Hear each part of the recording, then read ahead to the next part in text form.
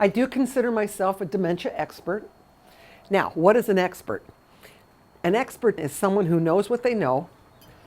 They have an idea of what they don't know, but have an idea where to find it. It certainly doesn't mean I know everything. Never, ever, ever. But I can ask the right questions or try to ask the right questions. My interest in memory loss has been around for quite a while, but I really got involved in what I'm doing when I screwed everything up with my mom. Okay? It's easy to teach this stuff, but when you're actually doing it, it's tougher than one would think.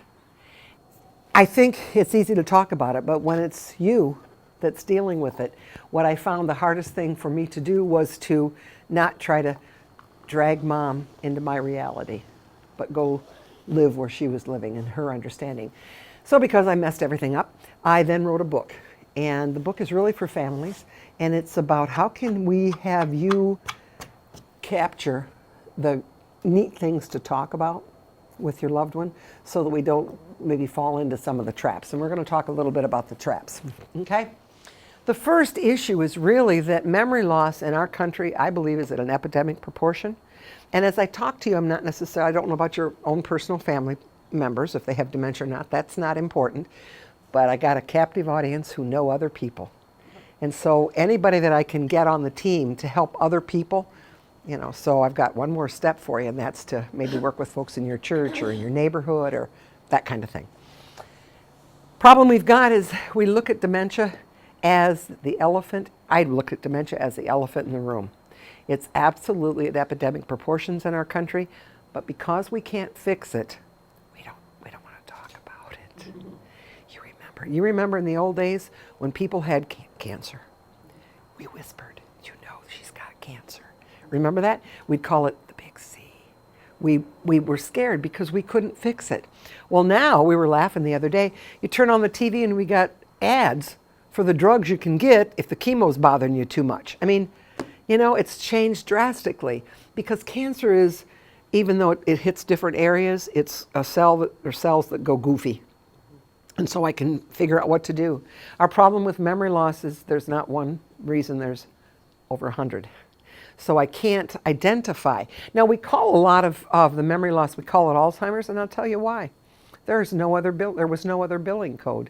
So if a physician saw your loved one and there were some memory problems, they tagged it Alzheimer's so they could get paid. Now they've got a new one called mild cognitive impairment. So now they have two. So you're going to start to see more and more of that popping up. And I'm not being negative of the physicians. We don't know. We just don't know. And so I understand they need to be paid. But what's happened is we've gotten kind of this skewed view that it's all Alzheimer's. I don't really much care, to be totally honest with you, what the problem is, unless you're a researcher. Now, if some of you are researchers, that's a different story. But very simplistically, I feel there's three kinds of memories. Each of us has this. First one is what we call functional memories. This is the reasoning. This is the comprehension. This is conscious. This is the first kind that we see kind of decline for us. Alrighty? This is how do I get from here to the grocery store and home. This is how do I make the microwave work. Does that make sense? It's those kind of, how do I do the checkbook? It's the comprehension, cognition. And that's usually the first place where we'll see it. You know, one of the places, I don't know if I told you this, Irene, one of the places where I think, wish I liked research, I'd research it. You research it.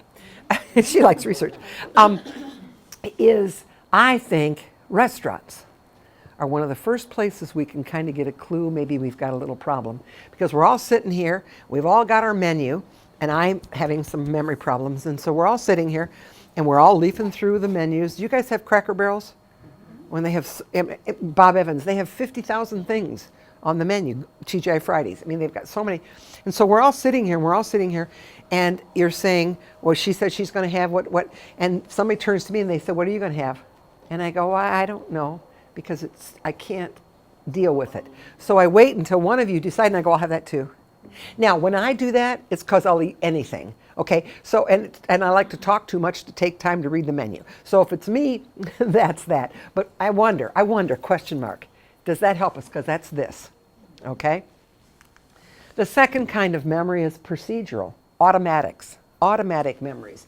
There's really no conscious control. This is eating, driving, and riding a bike. Anything I've learned to do, I can continue to do. The first one that begins to move away is that comprehension one. This is the second guy that kind of gets himself going. And in case you have a friend who's dealing with probably the toughest issue when folks are still at home, and that's driving, okay? I'll give you a little piece of advice. When you're talking to someone who has memory loss, and because of the cognitive problems, the comprehension problems, it's scary that they're driving anymore. We got to be a little careful. Never do we want to say to them, you can't drive anymore. Because let's think through that. I can still drive.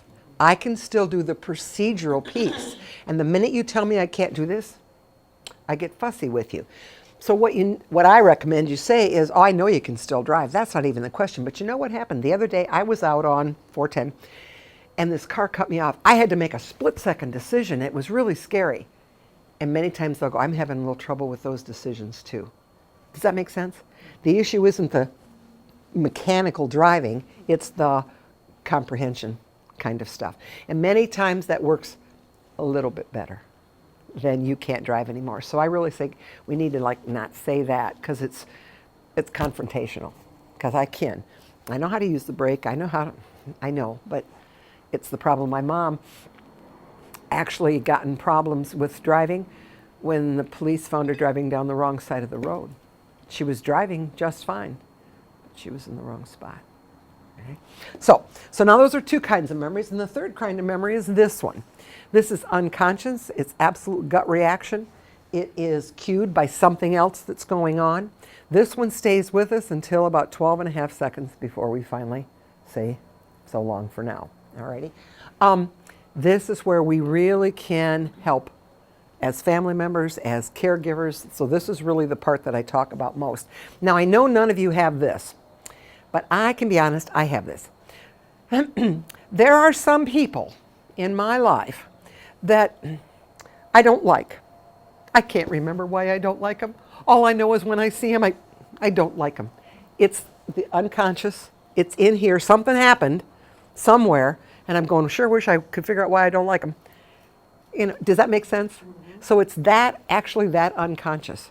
So this is where we can make the biggest impact. And like I say, this one stays with us forever. Okay? Why do we even care about this? And this is exactly what you folks were talking about in terms of the goals of this organization, this group. It's all about relationships. It's all about sharing information. It's all about getting us all on the same team. And what I want to look at are family members, the person themselves who is receiving the care, and the staff. I need all three of those components on the same wavelength. I want everybody to know, for instance, Linda, I want everybody to know what's the deal with your pins. Because what a conversation starter. What a great conversation starter. Look how long we talked. Mm-hmm. Some cool things, even with you losing it. But that's one of the things that if all of us know that, we are so ready to move forward. One of the things that I talk about a lot is with people with memory loss. I don't know if I'm right or not, but I kind of make this up. Have you ever driven down the road and you drove into a fog? It was foggy. In a nanosecond, what happens? You're going, if I slow up, somebody will hit me from behind. No. If I go too fast, I'll hit somebody. Wait a minute, am I in the right lane? No, wait a minute, did I pass my exit? 50 million thoughts real quickly go running through your mind. And I don't know if this is true or not, but I kind of think in my mind that having memory loss is like constantly living in that kind of a fog. I can't quite understand what's around here. So one of the most important things that we've been talking about, and we'll continue to talk about this week, is what can we as staff members do? What can you as family members do? Family is easier for you, but we need your help so we can do it. Is I want to be able to say, let's pretend for a second I'm a staff member. And I see, Billy, I see your pin. And I say to you, tell me about that pin. Now, you don't know me because we haven't really met. But the first thought I hope that goes through your mind is, she must know me. I'm not totally alone here. There's somebody that knows me, because she asked me again about that pin and said she thought it was 60-some years old. Does that make sense? It's the whole idea of being able, by what I say, to, in our jargon today, have her back. Have your back. Okay? And so that's what we've been talking a lot about is what information do I need from families in order to have that component. This is all real simplified, but in my world, I think the brain has two jobs. Number one is to make the best sense of what's going on that I can possibly make. If this works for all of us, this is not about dementia, this is about us. For instance, have any of you ever tripped out in public and perhaps fallen down? What was the first thing you said? Who pushed me? Make the best sense. This wasn't my fault. Yeah. So, and somebody says, are you okay? And you go, oh yeah, I'm fine. You have 2 broken legs. What? Yeah. Are you with me? Because our brain wants us to stay in control. Think in terms of if I have dementia, I'm having a little trouble with that control piece, but I still want to be able to do that. So sometimes we'll get answers to questions that don't quite seem to make a lot of sense, but I'm trying my very best. This is best I can do to answer this question. So that's one thing. And then the second one is to keep us safe. And I don't mean physically safe, I mean emotionally safe. I don't want to fail. I don't want to say things and have you go, that's not right. I don't know. Yes, it is. Okay? And so those are the 2 things we talk about all the time. You're not researchers, so we're all set. When we look at cognitive loss, it's real simple. Real simple. Short-term memory loss. I'm done. I'm done. I don't care what the cause is. I don't care if it's you had a stroke. I don't care if you got Alzheimer's. I don't care. The bottom line is you have short-term memory loss. And I think the day it really hit me is I was speaking in North Dakota, and I was keynoting, and there was another keynoter, and we both have books. So we're sitting next to each other, and we're signing books, you know how that goes. And he still's alive, I'm sure. Carl Mecklenburg, if you're a football person, he was with the Denver Broncos, alrighty? I don't like football. I don't understand football, but I love to talk. And we're probably sitting as close as Irene and I are sitting, and I want to say something to him, but I can't think of anything intelligent to say. And I look over and he's got this big hugger ring, okay, Super Bowl ring. But I wasn't even sure that's what that was, and I'm pretty uncomfortable. So finally I said to him, hey Carl, I got an idea. Why don't we swap books? He's got a book about how to be the best you can be. I got a book about how to talk to someone that has memory loss. They're a little different. So we signed the books and we passed, and I'm still a little uncomfortable. So I said to him, I know you don't need that book right now, but you might have a grandma or a grandpa or someone in your family. This might be beneficial for you. And I was looking down when I said that, and he said, my wife needs it now. And I thought he was being funny. So I looked over, and those are not funny eyes. And I said, Carl, what do you mean? And he said, I've had 5 very serious concussions, and I'm losing my memory, and I'm scared to death. Whew. Then I remembered that the week before I was there, this was happening, that Junior Seau, another football player, had killed himself. And so I said, wasn't that sad last week about Junior?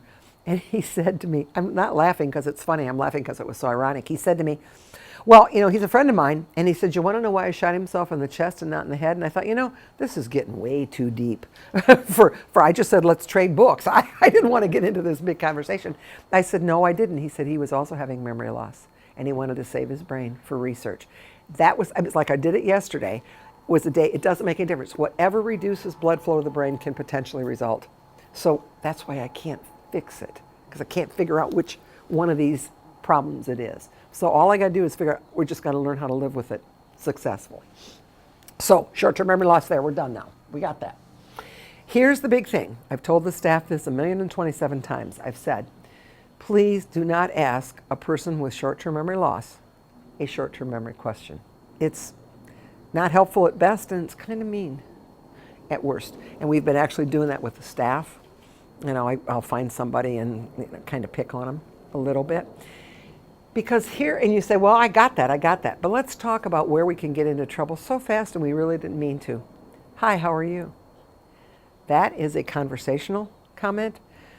But I bet if you asked me that, you really didn't want to know about the fungus under my toenails, did you? Were you interested in the No, you weren't. Nobody seems to be. I can't tell anybody about it.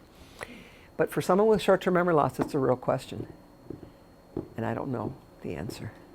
And many times as family members, we say it because we're trying to make conversation. And then they're trying their best to give me an answer that makes sense. Remember back to the brain thing? So they'll say things like, well, my bowels aren't working very well. They'll come up with something. I'm having a lot of pain. Maybe it's true and oftentimes it's not because I pulled it from someplace, okay? And then you as family members go, oh my golly. All right. So unfortunately, that question will help the person with dementia fail once. Then we say, what'd you have for breakfast? I don't even remember. It was only an hour ago and I don't remember it at all. So I say to you, they don't feed me here. I haven't had anything to eat for weeks. And so as you as family member, hot-footed over to management and go, why aren't you feeding my mother? And they say, yes, we are. And you say, no, they're not. And okay. So these are the questions we really don't want to ask. So now we've had a little problem here twice. My loved one has failed. And then we say, what'd you do yesterday? And at that point, I just kind of wish you'd go away because you're making me feel stupid. And I'm not stupid. I was a speaker. I was a teacher. I was a very successful homemaker. And I can't answer any of these very simple questions. So it sounds easy. It's tough. Well, fine. How am I going to get rid of these? What am I going to talk about? So let's look and see. The next thing I want to say before we get to look and see is one of the hardest things for us is you need to learn to give them up. Excuse me, what are you talking about? I really don't mean that. I say that to make sure everybody's awake. What I really mean is give up your expectations of them, okay? Because they always did all the bills, or they always did this, or with my mom, she was my go-to person. I know Irene, you're going to find this tough to believe, but sometimes my mouth opens up and I say things to people that make them mad. Sometimes. And so I would call Mom and go, guess what I've done? And she'd go, that's okay, honey, you like people. I mean, she really was my backup. And so I'd call her. It made no sense anymore. She couldn't even comprehend what I was trying to tell her. So tough for me. Okay, so first I need to give up those expectations. But that gives me some room to put in some stuff like, what are their strengths?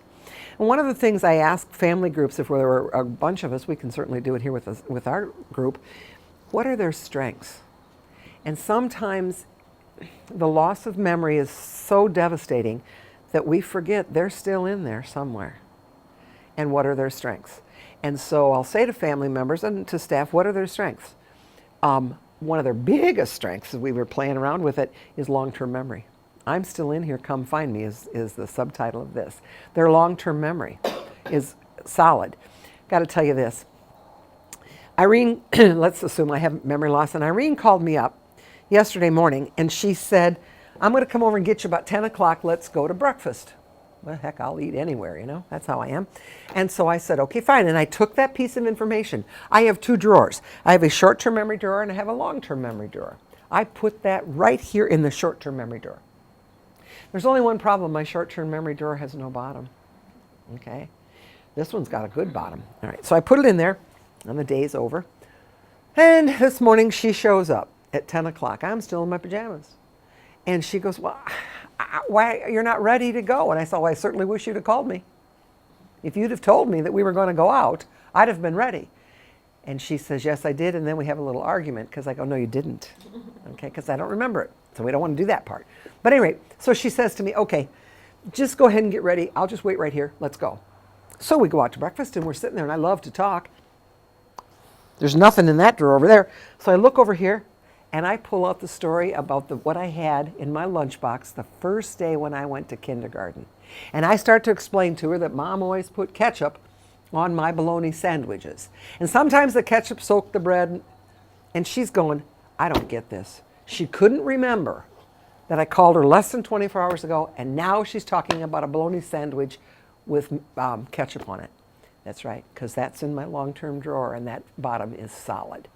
So as staff members, what we are dying to get is what's in this long-term memory drawer that we can use here to engage them and to be able to say to them, and by our words, I got your back. I know you, okay? Strengths. Long-term memory is a big one. What about humor? Big strength. But we need to know, we as staff members, what do they think's funny? Guys like jokes, women like stories, music. What are their favorite songs? I can hum along if I can get the tune, okay, to the favorite song. And I don't have to be able to sing the whole thing. I can sing a couple verses or a couple lines. I'm all set to go. But again, what does that say to the person? You know me. You know me, or you wouldn't have been singing that "You Are My Sunshine" thing. You just were singing there, okay? If they have a spiritual base, that stuff is hardwired. That is absolutely hardwired. I've done a lot of work with falls mitigation, and one of the easiest falls interventions is a Bible. Well, only if they're spiritual. If they're an atheist, don't give them a Bible. It doesn't work. But if they're a spiritual person, what did we learn about the care and feeding of Bibles when we were kids? Don't let that thing fall on the floor.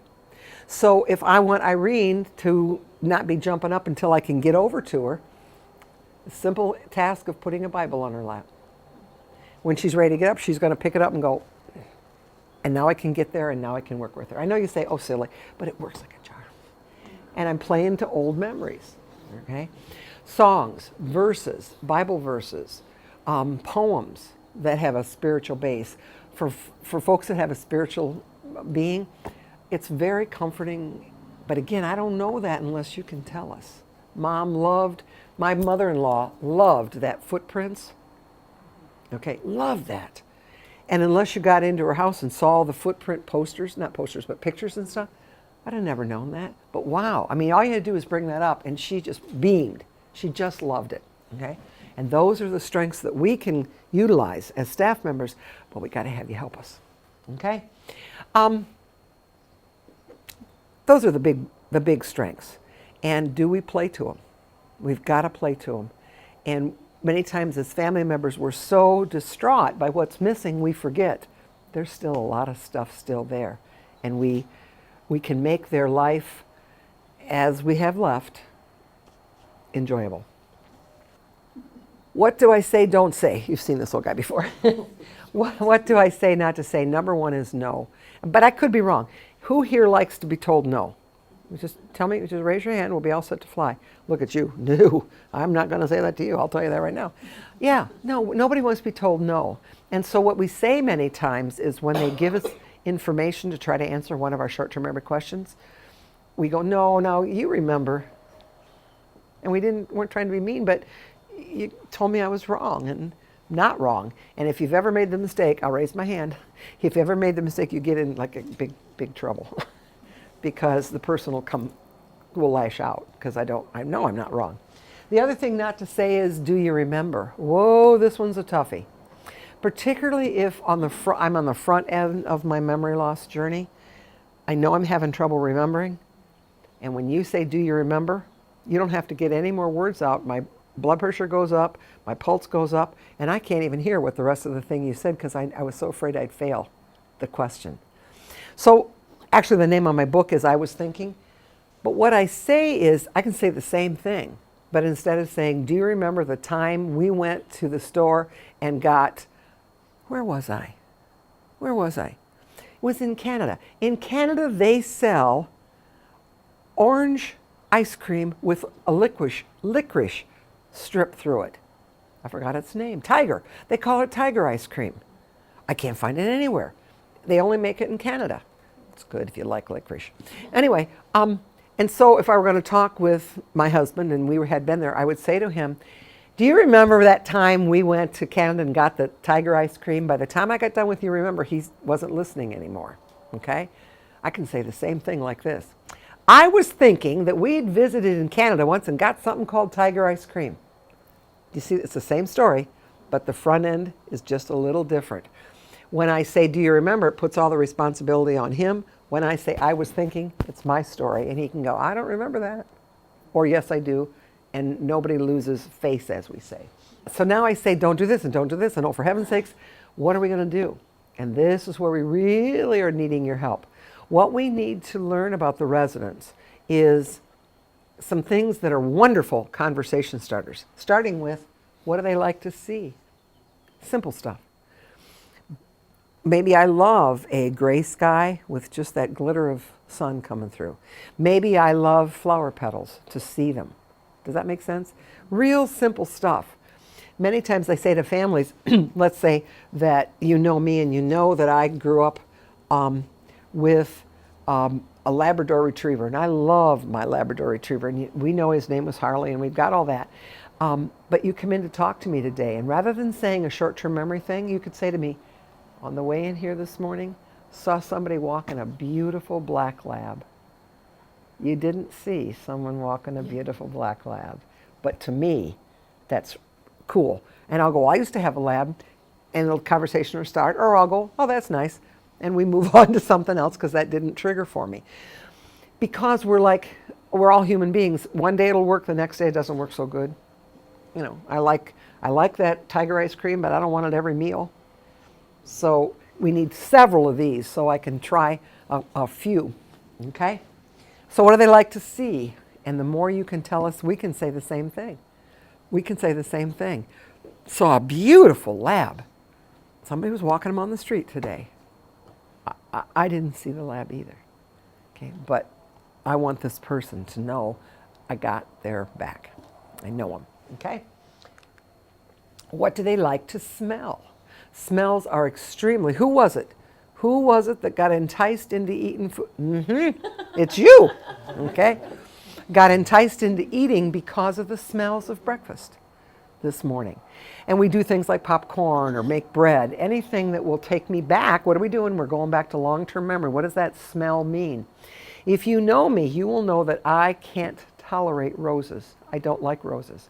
I think they smell like dirty feet. Okay? Oh, they're pretty enough if you put them over there. But if you want to really be nice to me, buy me a carnation. A lot less expensive. They hook to every good thing in my life. Confirmation, you know, all the different things that happen to me. Love the smell of carnations. And it's cheaper to be nice to me. Okay? What do they like to taste?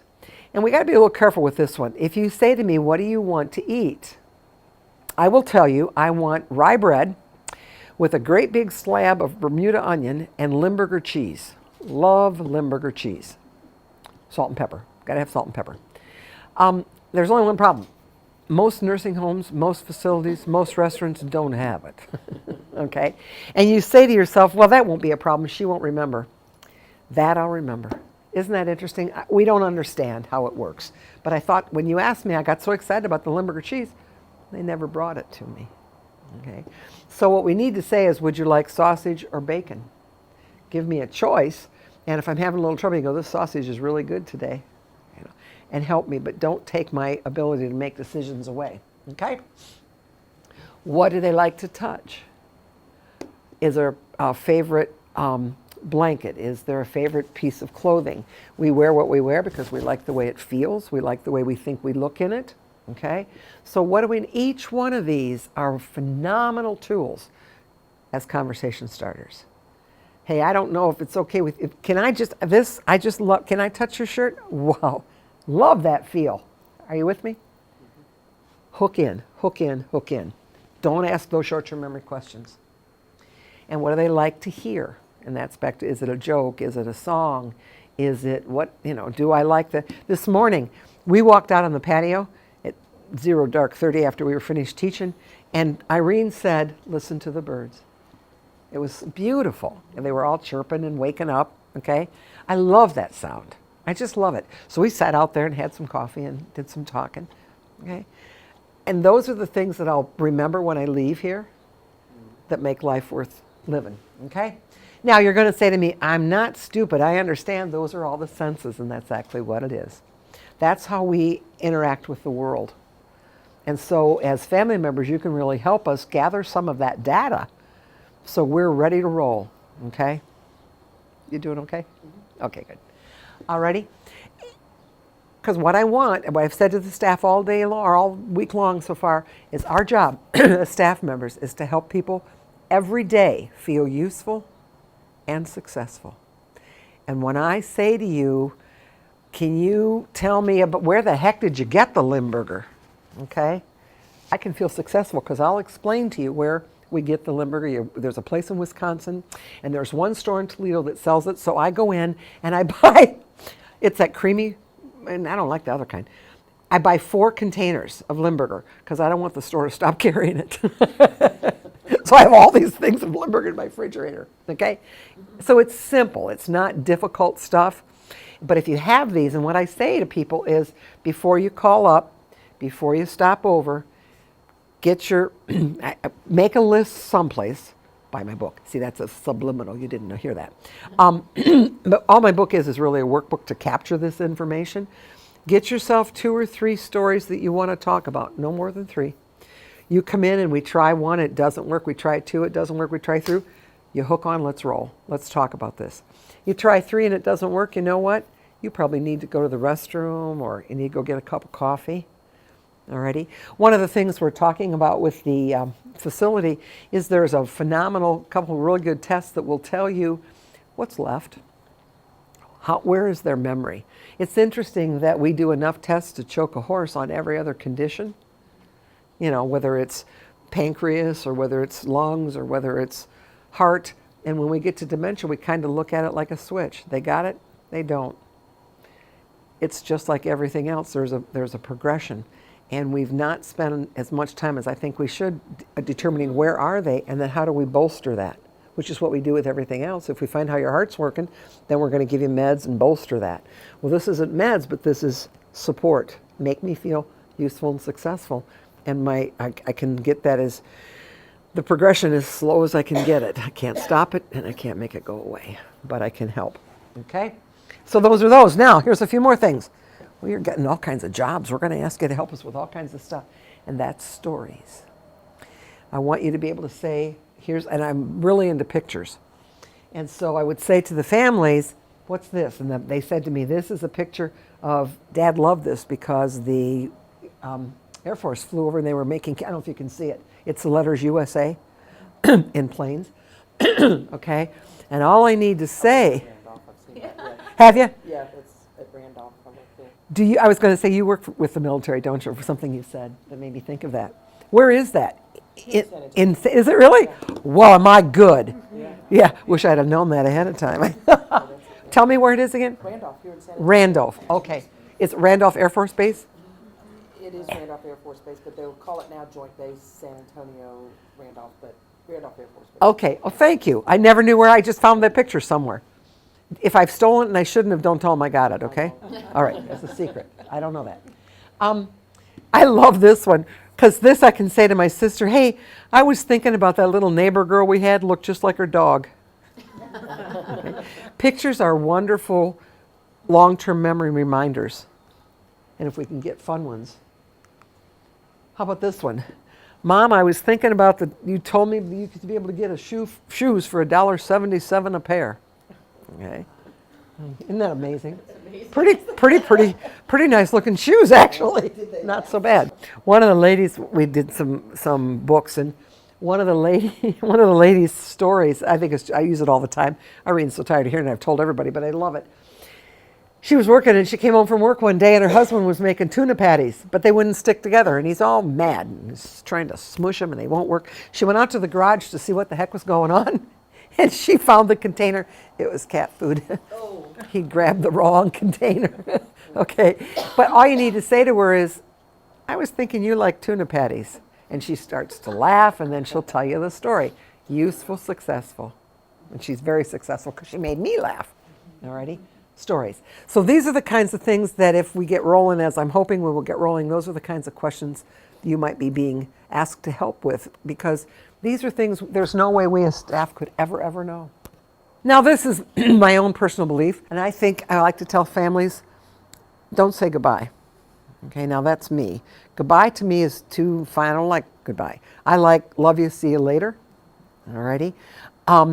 And for some, I didn't tell you this. For some people,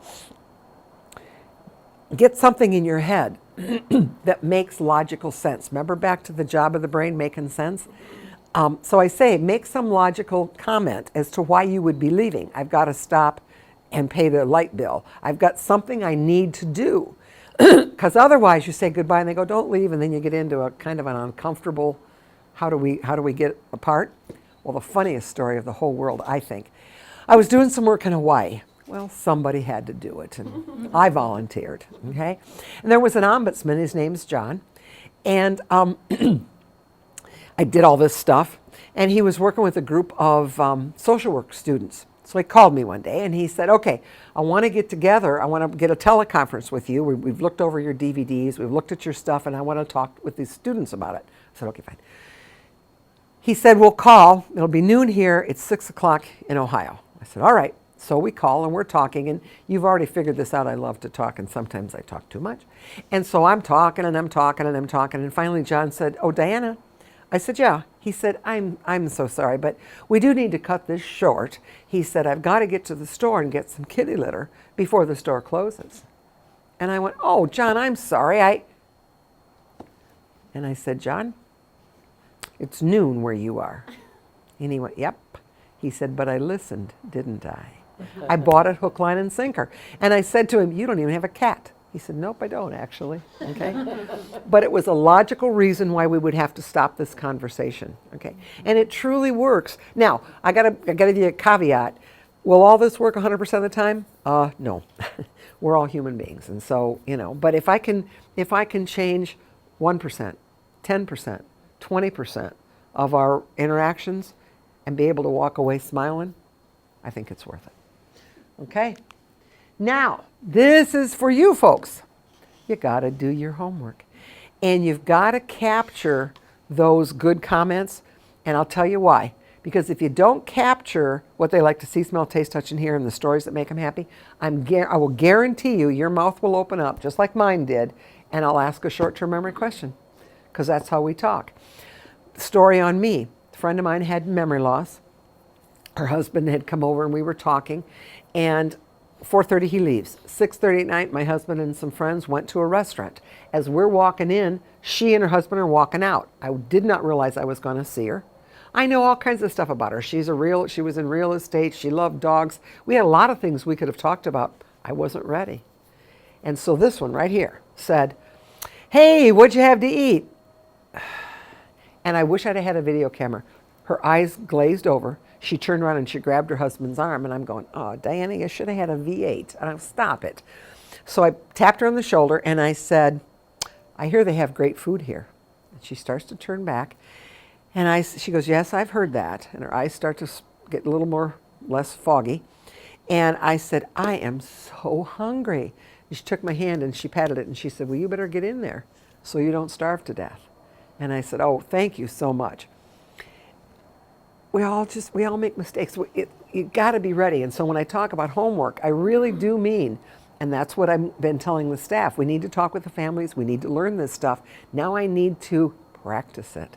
I need to be able to walk in while we're doing bathing, while we're getting dressed, and say, I was thinking you used to be a quilter.